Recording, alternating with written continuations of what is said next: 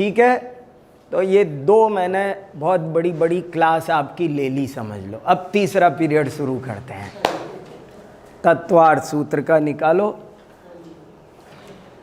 तत्वार्थ सूत्र के विषय में बहुत सारी बातें आप जानते हैं, पढ़ रहे हैं, पढ़ चुके हैं, इसलिए अब उसको देखते चलते हैं और कोशिश करते हैं थोड़ा सा विषय को आगे बढ़ाने की।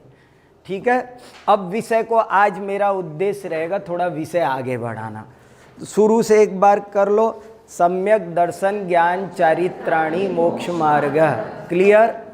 तत्वार्थ श्रद्धानम सम्यक दर्शनम तन्निसर्गादधिगमाद्वा जीवा जीवाश्रव बंध संवर निर्जरा मोक्षास्तत्वम नाम स्थापना द्रव्य भाव तस्तन्यासः प्रमाण नयैरधिगमः निर्देश स्वामित्व साधनाधिकरण स्थिति विधानतः सत संख्या क्षेत्र स्पर्शन कालांतर भावाल्प बहुत्वैश्च मति श्रुतावधि मने पर्यय केवलानि ज्ञानम तत्प्रमाणे आद्ये परोक्षम प्रत्यक्ष मन्यत। यहाँ तक सब क्लियर है? कहीं कोई प्रश्न इतने में? अब आगे। मति स्मृति संज्ञा चिंता विनिबोध इत्यनर्थांतरम। अब 5 ज्ञान का नाम बता दिया और 5 ज्ञान में से शुरू के 2 ज्ञान परोक्ष प्रमाण हैं और बाकी के 3 प्रत्यक्ष प्रमाण हैं, ये बता दिया। अब एक एक को समझा रहे हैं क्लियर करके। अब पहले टॉपिक उठ रहा है पहले ज्ञान का, मति ज्ञान क्या है। अब मति ज्ञान का स्वरूप शुरू होता है और मति ज्ञान का स्वरूप वही अपनी स्टाइल देखो। पहले शब्द मीमांसा, तो वो बता रहे हैं मति स्मृति संज्ञा चिंता विनिबोध इत्यनर्थांतरम के मति स्मृति संज्ञा चिंता और अभिनिबोध ये सब पर्यायवाची हैं, अर्थांतर नहीं है, इनका अलग अलग अर्थ नहीं है, एक ही अर्थ है, पर्यायवाची हैं। लेकिन अब जो बहुत ही इम्पॉर्टेंट बात जो आपकी व्याख्या में जरूर होना चाहिए, देखो एक और बात बताऊं आपको। एक दफे मैंने प्राकृताचार्य की परीक्षा दी, प्राकृत से एमए, और उन दिनों मेरे हाथ में इत्तिफाक से बहुत दर्द था, अभी भी रहता है वो थोड़ा, क्योंकि ये हाथ लाखों पेज लिख चुका है ये, तो इसलिए थोड़ा सा थक गया बेचारा। तो वो जब परीक्षाएं दे रहा था उन दिनों बहुत ज़्यादा इसमें दर्द था। तो मैं आपको एक बात बता रहा हूँ, 3 घंटे का पेपर होता था और मैं 1 घंटे पेपर करके आ पाता था मुश्किल से ही। साथ शायद कुलदीप जी के साथ पेपर दिया था मैंने। तो उस पेपर में मैं एक ही काम करता था कि जो सबसे खास बिंदु है उसका वो लिख आता था बस, क्योंकि मेरे पास समय नहीं, शक्ति नहीं मेरी कि मैं और लिख सकूं। इसलिए मैं उसमें वो बात लिख आता था कि परीक्षक उतना सा देख लेवे तो ही समझ जाए कि भैया ये बात क्या है, कैसी है, तो मूल मुद्दे की बात। और अच्छे नंबर आए, बहुत बढ़िया, अच्छे से पास हो लिए, खूब बढ़िया। तो मेरा मतलब इतना सा है कि आपको ऐसे काम करना है, मुद्दा नहीं छूटना चाहिए। मति स्मृति संज्ञा चिंता विनिबोध इत्यनर्थांतरम, इसमें बहुत मुद्दे का पॉइंट ये है कि क्या ये सब पर्यायवाची हैं जैसा कि ऊपर कहा है। तो आपको उत्तर देना है जैसे जल, नीर, पानी ये पर्यायवाची हैं, ऐसे ये पर्यायवाची नहीं है। मति अलग है, स्मृति अलग है, संज्ञा अलग है, चिंता अलग है, अभिनिबोध अलग है। मति ज्ञान है, स्मृति अलग ज्ञान है परोक्ष प्रमाण का, संज्ञा प्रत्यभिज्ञान का नाम है, चिंता तर्क का नाम है, अभिनिबोध अनुमान का नाम है। जो आप प्रमाण पढ़ रहे हैं ना न्याय मंदिर में, तो ये अलग है। चिंता माने तर्क, चिंतनम चिंता, अभिनिबोध माने अनुमान, साधन से साध्य का ज्ञान होना, वो अनुमान है। तो संज्ञा माने प्रत्यभिज्ञान, पुराने का और वर्तमान की जो तुलना है वो संज्ञा है। तो देखा जाए तो मति अलग है, स्मृति अलग है, संज्ञा बिल्कुल अलग है, चिंता बिल्कुल अलग है, अभिनिबोध अलग है। आप समझे, इनके पर्यायवाची याद रखना। मति मति ज्ञान है, साम व्यवहारिक प्रत्यक्ष है। न्याय की भाषा में कहें तो मति माने साम व्यवहारिक प्रत्यक्ष, स्मृति माने परोक्ष प्रमाण शुरू हुआ, संज्ञा माने प्रत्यभिज्ञान, चिंता माने तर्क, अभिनिबोध माने अनुमान। ये सब है, अलग अलग है। तो वास्तव में कहा तो ऐसा कि पर्यायवाची हैं, लेकिन टीकाकारों ने ये बात स्पष्ट की है कि ये पर्यायवाची होते हुए भी पर्यायवाची नहीं है। तो पर्यायवाची कह क्यों रहे हो, इस क्यों कह रहे हैं उसका उत्तर सुनो, याद रखोगे, भूलना नहीं। मैं ही पूछ लूंगा किसी दिन कि ये पर्यायवाची क्यों कहे गए। क्योंकि ये सब मति ज्ञानावरण कर्म के क्षयोपशम से होते हैं, खेल खत्म। ये पर्यायवाची क्यों है कि इनकी उत्पत्ति में मति ज्ञाना, पांचों की उत्पत्ति में एक ही निमित्त है, होते सब मति ज्ञानावरण कर्म के क्षयोपशम से है, इसलिए सब मति ज्ञान है। समझ में आई बात। मति ज्ञानावरण कर्म के क्षयोपशम से होने के कारण इन सब को पर्यायवाची कहा है। लेकिन पर्यायवाची वास्तव में कोई होता ही नहीं। आपको ये भी फिलॉसफी पता है कि नहीं? एक्चुअली पर्यायवाची कभी कोई होते ही नहीं है। जब पर्यायवाची की कोई विद्वान क्लास लेगा ना, तो सबसे पहले ये बताएगा, बच्चों मैं आज आपको पर्यायवाची पढ़ा रहा हूँ, पर आप ये समझ लो कि पर्यायवाची वास्तव में कुछ होते ही नहीं। निसार, रजनी, ये क्या पर्यायवाची है सारे के सारे? शशांक, हिमांशु, रजनीश, चंद्र, सुधांशु, ये सब पर्यायवाची के नाम हैं। पर क्या सब एक बात है? नहीं है, सब में अंतर है। तो वास्तव में वैसे ही पर्यायवाची कुछ नहीं होते हैं। नीर, पय, अंबु, इनमें फर्क है, लेकिन फिर भी कदाचित वो तो एक पर्यायवाची हैं भी। ये तो बिल्कुल भी नहीं है, वैसे भी नहीं है, वैसे भी नहीं है, फर्क है बहुत। तो जो कि टीकाओं में बताया है, आप बताना। मति ज्ञान अर्थात साम व्यवहारिक प्रत्यक्ष। स्मृति माने पूर्व ज्ञान की याद आना स्मृति है। प्रत्यभिज्ञान पूर्व प्रत्यक्ष का वर्तमान प्रत्यक्ष के साथ तुलना, वो प्रत्यभिज्ञान है, संज्ञा है। और व्याप्ति को समझ लेना वो चिंता है, तर्क है। व्याप्ति के ज्ञान को तर्क कहते हैं। अभी शायद ये टॉपिक आपका आया और नहीं होगा न्याय मंदिर में, पढ़ लिया? ठीक है, अभी आगे और आएगा आराम से। तो ये तर्क है। और अभिनिबोध साधन से साध्य का ज्ञान होना, वो अभिनिबोध है, अनुमान है।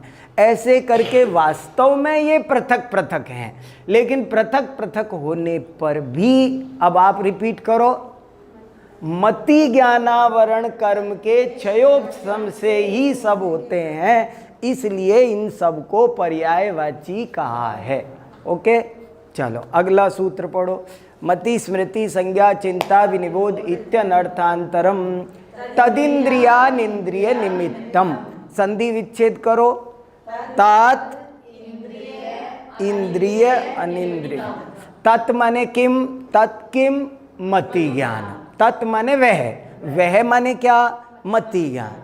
मति ज्ञान इंद्रिय और अनिंद्रिय के निमित्त से होता है। इंद्रिय माने पांच इंद्रियां, पांचों इंद्रियों के नाम क्रम से सबको, एक भी नहीं है कोई भी यहाँ जो नहीं, क्लियर है ना सबको? पांचों इंद्रियों के नाम क्रम से कि ये पांच इंद्रियां हैं। हम कॉपी चेक करते हैं ना, तो थोड़े से में समझ जाते हैं। अगर पांच इंद्रियों का क्रम गलत लिखा होगा तो समझ जाएंगे कितना ज्ञान है, और क्रम से लिखा होगा तो समझ जाएंगे कितना ज्ञान है। तो 5 इंद्रियां, और अनिंद्रिय माने न इंद्रिय इति अनिंद्रिय। अनिंद्रिय माने ईसत इंद्रिय, मन को छोटी इंद्रिय कहते हैं, क्योंकि वो इंद्रिय के समान प्रत्यक्ष नहीं है, इसलिए अनिंद्रिय उसे कहा है। तो मति ज्ञान की ये परिभाषा हो गई। अब परीक्षा में 2 नंबर का प्रश्न आ जाए, लक्षण आ जाए, मति ज्ञान किसे कहते हैं, तो आपको सिर्फ इतना लिखना है, तदिंद्रियानिंद्रिय निमित्तम, इंद्रिय और मन की सहायता से होने वाले ज्ञान को मति ज्ञान कहते हैं। खेल खत्म। तदिंद्रियानिंद्रिय निमित्तम अवग्रहेहावाय धारणः, धारणः पर विसर्ग है, बहुवचन है। अवग्रहेहावाय धारणः, मति ज्ञान के कितने भेद है? अब ये 1 नंबर 2 नंबर के प्रश्न बहुत आ सकते हैं, आने की बहुत पूरी उम्मीद है कि मति ज्ञान के कितने भेद है, तो आपको सिर्फ इतना लिखना है, मति ज्ञान के 4 भेद हैं, अवग्रह, ईहा, अवाय और धारणा। जैसा कि सूत्र में कहा है, अवग्रहेहावाय धारणः, और शुद्ध सूत्र लिख देना, हो गया काम। और अगर इस सूत्र की व्याख्या करो तो इसमें 4 मति ज्ञान के भेद बताए गए हैं, और उन चारों का मतलब बताना है। अवग्रह, इंद्रियों का पदार्थ से जो प्रथम मिलन है उसे अवग्रह कहते हैं।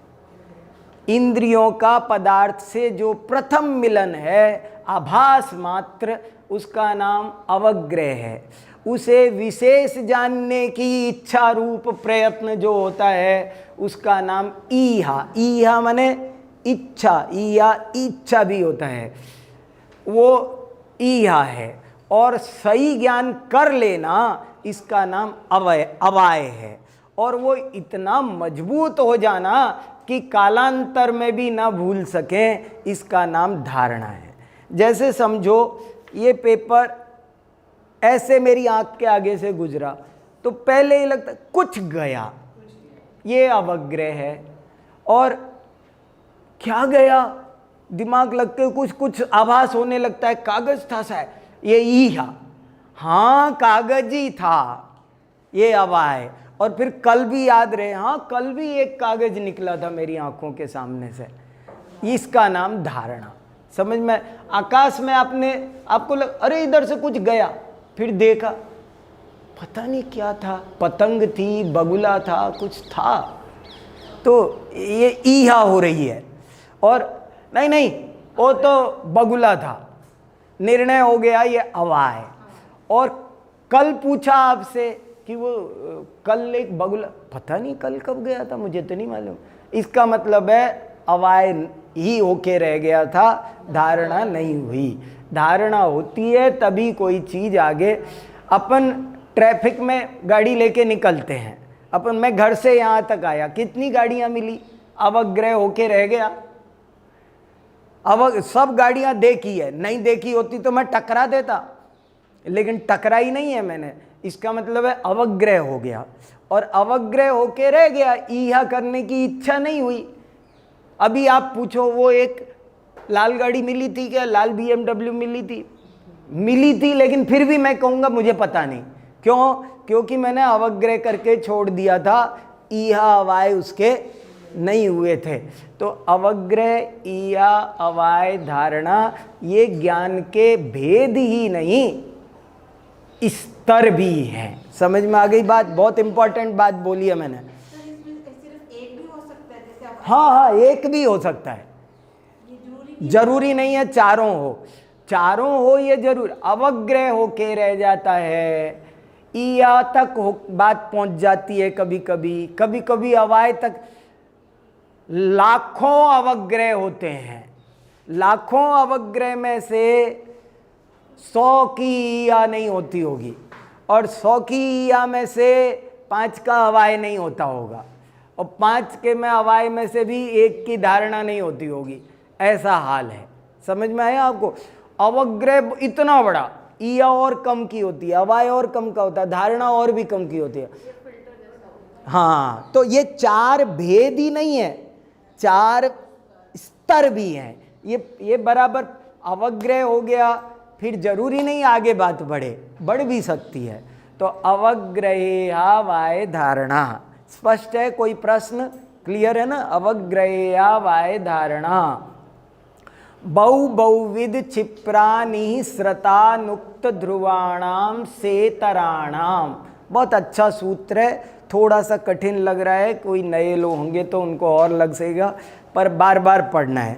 बहुविध क्षिप्रानि स्रतानुक्त ध्रुवाणाम सेतराणाम, ये पदार्थ के भेद हैं, ये वास्तव में पदार्थ के भेद है। जैन दर्शन के अनुसार पदार्थ 12 प्रकार के हैं, और 12 प्रकार के पदार्थों को जानने के कारण मति ज्ञान भी 12 प्रकार का हो गया। समझ में आया? ज्ञान अनेक नहीं है, ये मैंने पिछली क्लास में, उससे पिछली क्लास में बहुत जोर दे के कहा था, ये भी बात बहुत इंपॉर्टेंट थी। ज्ञान के भेद नहीं होते हैं, ज्ञान एक ही प्रकार का होता है। घट ज्ञान, पट ज्ञान, क्या फर्क है? अलग अलग है। अरे घट को जाना तो घट ज्ञान, पुस्तक ज्ञान, मोबाइल ज्ञान, वस्त्र ज्ञान, ज्ञान कितने तरह के हैं? ज्ञान तो एक ही है। वस्तु का आरोप ज्ञान पे कर दिया कि घट ज्ञान, घट का ना ज्ञान है ना कुछ भी है, लेकिन नाम लग गया उसका, तो आरोपित कथन है, उससे भेद बनते हैं। तो आपको ये समझना है अच्छे से कि ये पदार्थ के भेद है। बहुविध, बहु माने संख्यावाचक, बहुविध माने प्रकारवाचक, बहु माने बहुत, बहुविध माने बहुत प्रकार का। बहुत अंतर है बहु में और बहुविध में। जैसे समझ लो मेरे पास में एक कमरा गेहूं का भरा हुआ है, तो मैं कह सकता हूं मेरे पास गेहूं के बहुत दाने हैं, मेरे पास बहुत अन्न है, बहु अन्न है, लेकिन मैं बहुविध अन्न है कह सकता हूं? और मान लो इनके पास में एक मुट्ठी अनाज है, एक मुट्ठी, लेकिन एक जौ है, एक चना है, एक बाजरा है, एक गेहूं है, एक चावल है, तो ये नहीं कह सकती कि मेरे पास बहु अन्न है, लेकिन ये कह सकती हैं बहुविध अन्न है। समझ में आया? मेरे पास कोठा भरा है और इनके पास एक मुट्ठी अन्न है, लेकिन ये भी अकड़ सकती है, आपके पास बहुविध अन्न नहीं है, मेरे पास बहुविध अन्न है। और मैं भी अकड़ सकता हूँ, मेरे पास बहु अन्न है, बहुविध नहीं है। समझ में आया ना? तो क्लियर हुआ? कैसे हुआ? ऐसे तो तुलना करके कह दो, पर एक मुट्ठी है ना, हम समझा रहे हैं, एक मुट्ठी है इसलिए कहा कि एक ही मुट्ठी अनाज है। अब वो एक मुट्ठी को भी आप कोई थोड़े की अपेक्षा बहु कह सकते हो, कोई थोड़े 4 दाने की अपेक्षा इनके पास 25 दाने हैं तो बहुत दाने हैं, पर हमने उस अपेक्षा का, हमारे पास कोठा था तो वह क्या होता है, एक मुट्ठी पर दाना अभी फाँक के पानी पी जाएंगे, इसलिए अल्प कह दिया। ठीक है, समझ में आया ना? ये सापेक्ष कथन है। तो बहुविध, क्षिप्र, क्षिप्र माने तीव्र, तीव्रता से किसी चीज वस्तु एक क्षिप्र होती है, क्षिप्र होती है। जैसे ये पंखा घूम रहा है, तो कोई आदमी घूमते हुए में जान ले इसमें 3 पंखुड़ियां हैं, 4 पंखुड़ियां, क्षिप्र ज्ञान। आपको चलते चलते, ट्रेन में चलते चलते, जैसे बहुत से कोई गतिशील, क्षिप्र माने गतिशील, अक्षिप्र माने नहीं, ये तो ध्रुव का अर्थ होगा। क्षिप्र माने ध्रुव माने स्थिर है। बहुविध क्षिप्र, क्षिप्र माने तेजी से चलते हुए जो जान जाए, अक्षिप्र माने जो स्थिर वस्तु को जाने। बहुविध क्षिप्र अनिश्रत, अनिश्रत माने निश्रत माने बाहर निकला हुआ, अनिश्रत माने ना निकला हुआ। एक उदाहरण ऐसे आता है कि जैसे समझो एक हाथी है और वो नदी में डूब गया, लेकिन थोड़ी सी सूंड दिखाई दे रही है ऊपर, तो ये जो सूंड दिखाई दे रही है ऊपर, उसको देखकर अनुमान लगा लिया, ओ देखो हाथी डूब रहा है, तो ये निश्रत ज्ञान है। और वो सूंड भी नहीं दिख रही थी, फिर भी जान गए हाथी डूब रहा है। तो ये अनिश्रत ज्ञान है, समझ में? बहु बहुविध क्षिप्रा निश्रता नुक्त। नुक्त अनुक्त माने बिना कहे जान जाना। हम बिना कहे जान जाते हैं इसे नींद आ रही है, इसे भूख लग रही है, इसकी तबीयत ठीक नहीं है, बिना कहे जान जाते हैं, वो अनुक्त है। एक कहने पे जानते हैं कि हाँ मुझे भूख लग रही है, मैंने कहा तब आपको पता चला। तो बहु बहुविध क्षिप्रा निश्रता नुक्त ध्रुवाणाम। ध्रुव माने स्थिर, यहाँ स्थिर लगेगा, क्षिप्र माने गतिशील।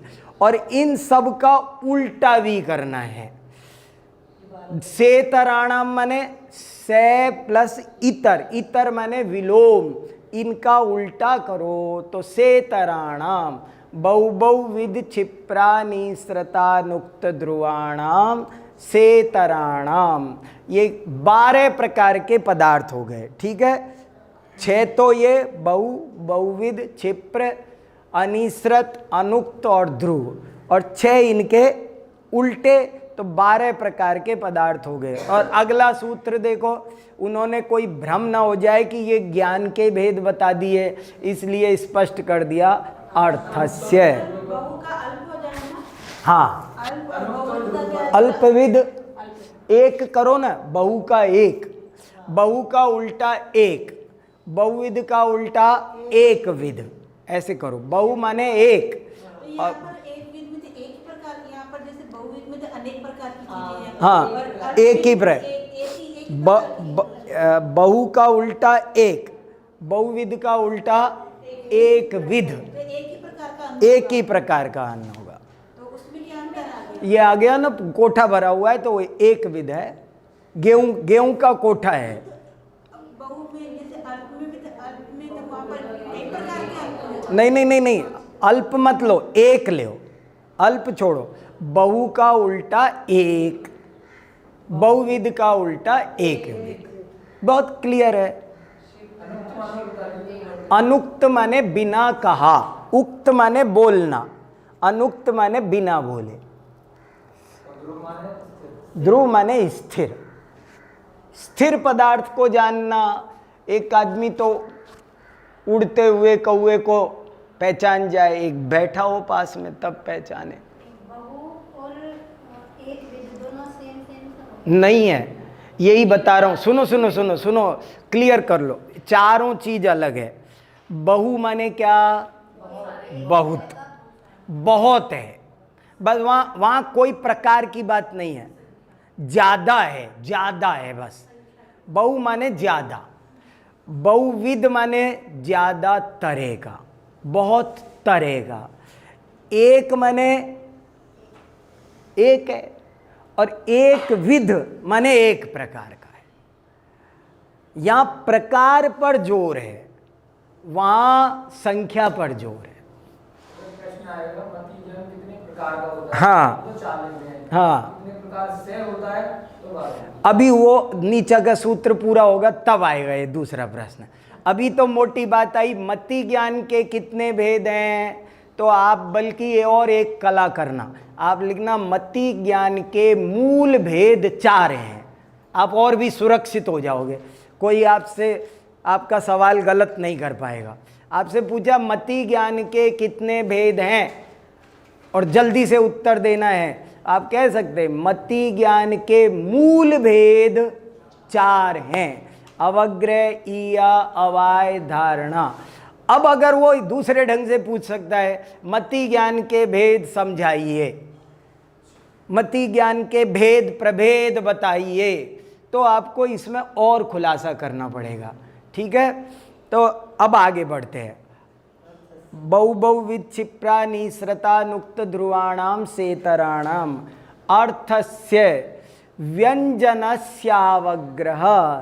और जो पदार्थ है वे 2 तरह के होते हैं।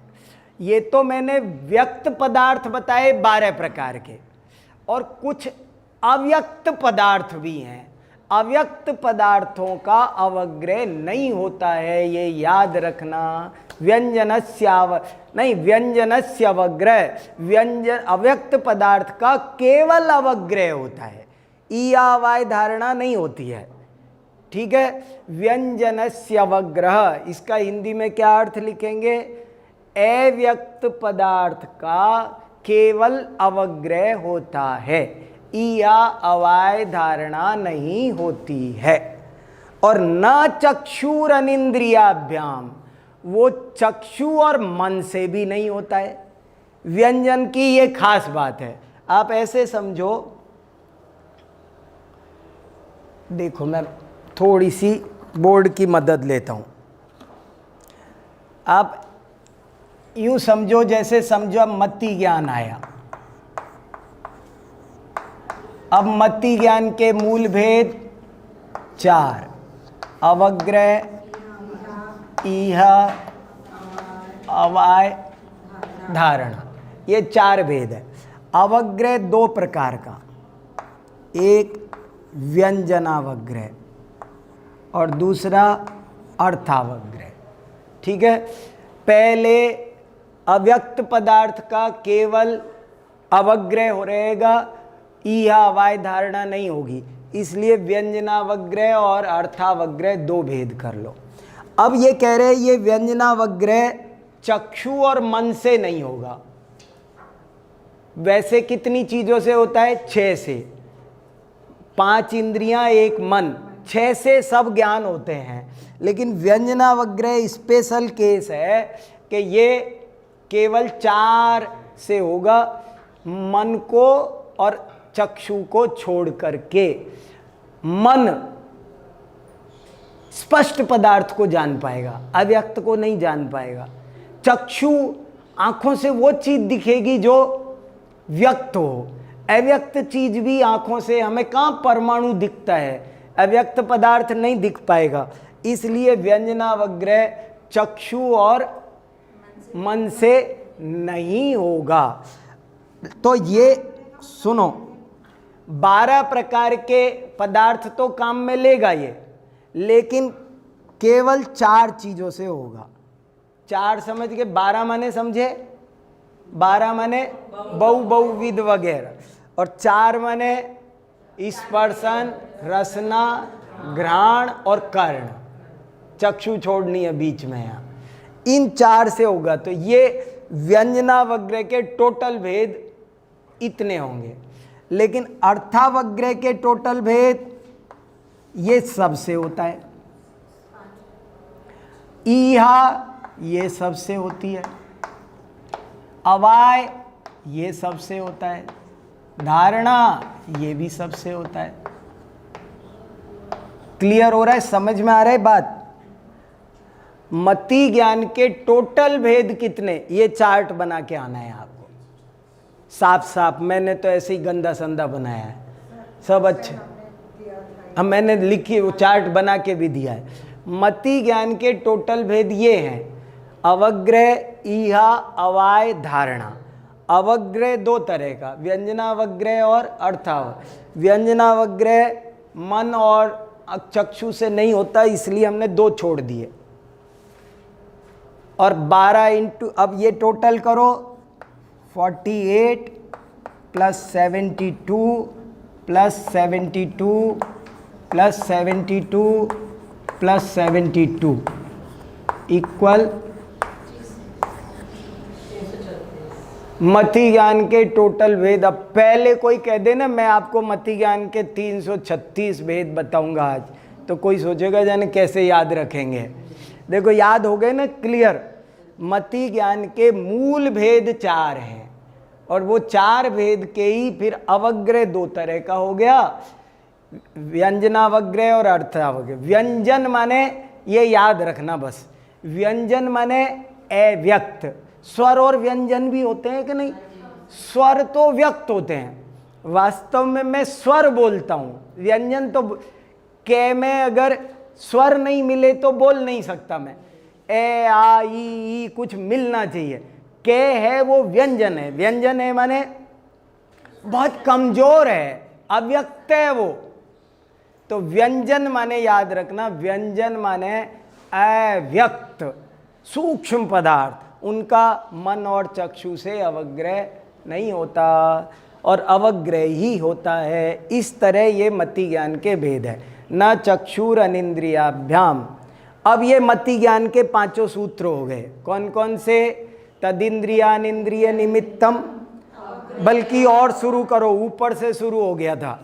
मति स्मृति संज्ञा चिंता विनिबोधित्यनर्थांतरम तदिंद्रियानिंद्रिय निमित्तम अवग्रहेयावाय धारणा बहु विक्षिप्राणि श्रतानुक्त ध्रुवाणाम सेतराणाम अर्थस्य व्यंजनस्यावग्रह न चक्षुरनिंद्रियाभ्याम। यहाँ तक ये मति ज्ञान। अब श्रुत ज्ञान शुरू होता है।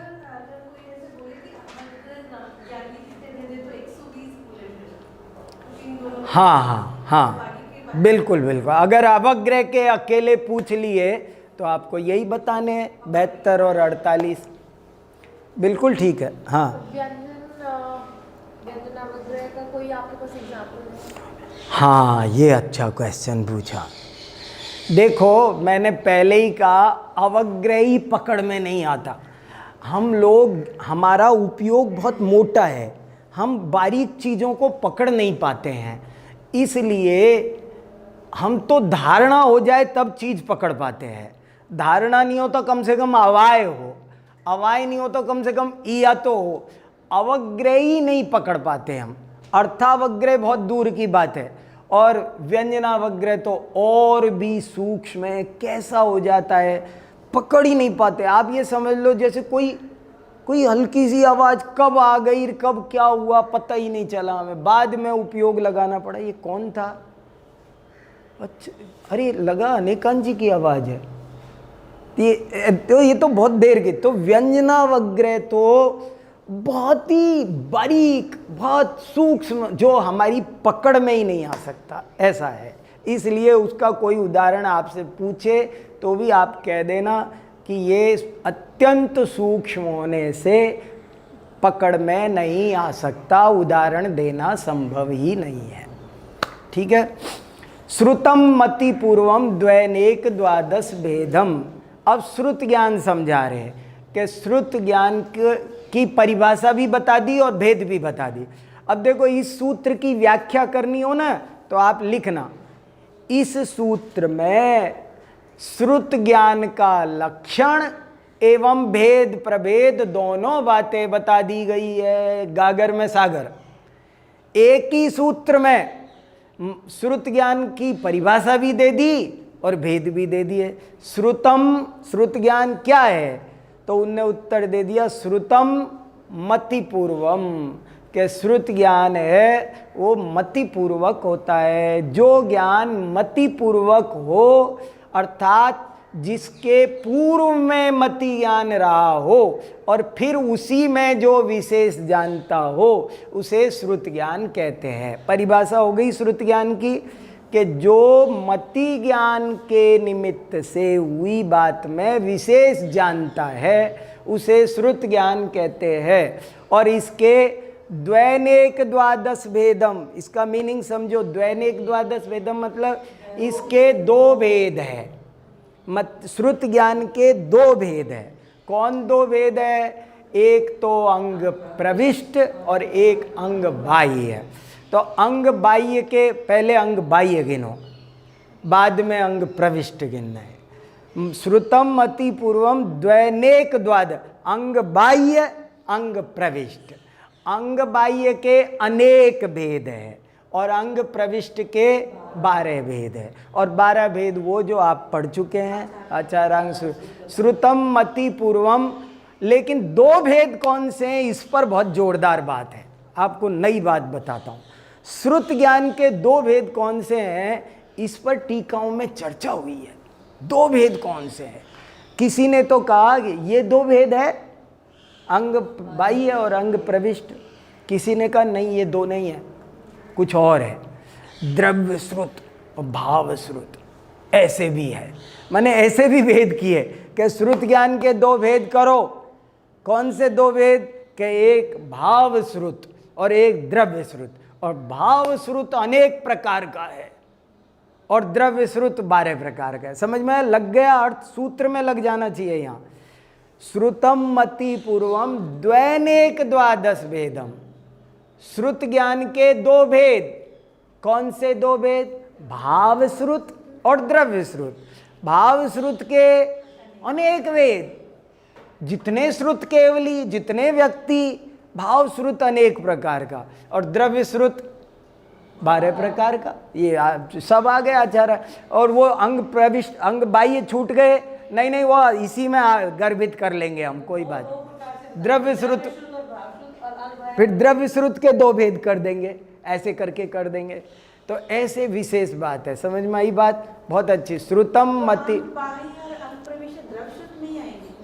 हाँ द्रव्य श्रुत है सारा का सारा। तो श्रुतम मति पूर्वम द्वैनेक द्वादश भेदम। समय हो गया। अब अवधि ज्ञान और मने परिज्ञान। अच्छा ठीक है। अरे भाव श्रुत समझे आप? भाव श्रुत क्या? मुझे जो भाव श्रुत माने मेरा ज्ञान, चेतना का जो, ये द्रव्य श्रुत को उपचार, ये है द्रव्य श्रुत। और इसकी जो नॉलेज है, द्रव्य श्रुत आत्मा की पर्याय है। सॉरी, भाव श्रुत। भाव श्रुत आत्मा के ज्ञान गुण की पर्याय है, द्रव्य श्रुत पुद्गल की पर्याय है। हाँ, द्रव्य श्रुत तो आत्मा में है, नॉलेज है, और भाव श्रुत इन बुक्स का नाम है। द्रव्य श्रुत कुछ का कुछ निकल रहा है। द्रव्य श्रुत तो किताबों का नाम है, शास्त्रों का नाम है द्रव्य श्रुत, और इनका जो हमको ज्ञान है वो है भाव श्रुत। भाव, भाव शब्द से समझो भाव, वो भाव है। ऐसे करके ये है। अब अवधि ज्ञान का प्रकरण आगे चले। अंग बाह्य और अंग प्रविष्ट का मतलब है जितना भी हमारा द्रव्य श्रुत है वो सब हमारे गणधरों ने 12 भागों में बांटा। तो बांट लिया, बांटने के बाद भी बहुत सारी चीज़ें बची रह गई, प्रतिक्रमण पाठ वगैरह ढेर चीज़ें ऐसी रही जो वहाँ अंदर गर्भित नहीं हो सकी, तो उनको उन्होंने अंग बाह्य कहा है। उनके नाम थे द्रव्य श्रुत को, द्रव्य श्रुत को गूंथा उन्होंने। अंग प्रविष्ट माने जो अंग में भीतर आ गए, अंग में प्रवेश हो गया जिनका, वे अंग प्रविष्ट। अंग में जो समाहित हो गए, और अंग में भी ये लिख सकते हो 12 ही अंग क्यों, तो बोले जैसे पुरुष की उपमा दी है, जैसे पुरुष के कुल मिलाकर के 12 अंग हैं, तो वैसे ही जिनवाणी रूपी श्रुत के 12 अंग हैं। हाँ हाँ, तो आत्मा के ज्ञान गुण की पर्याय है। बराबर।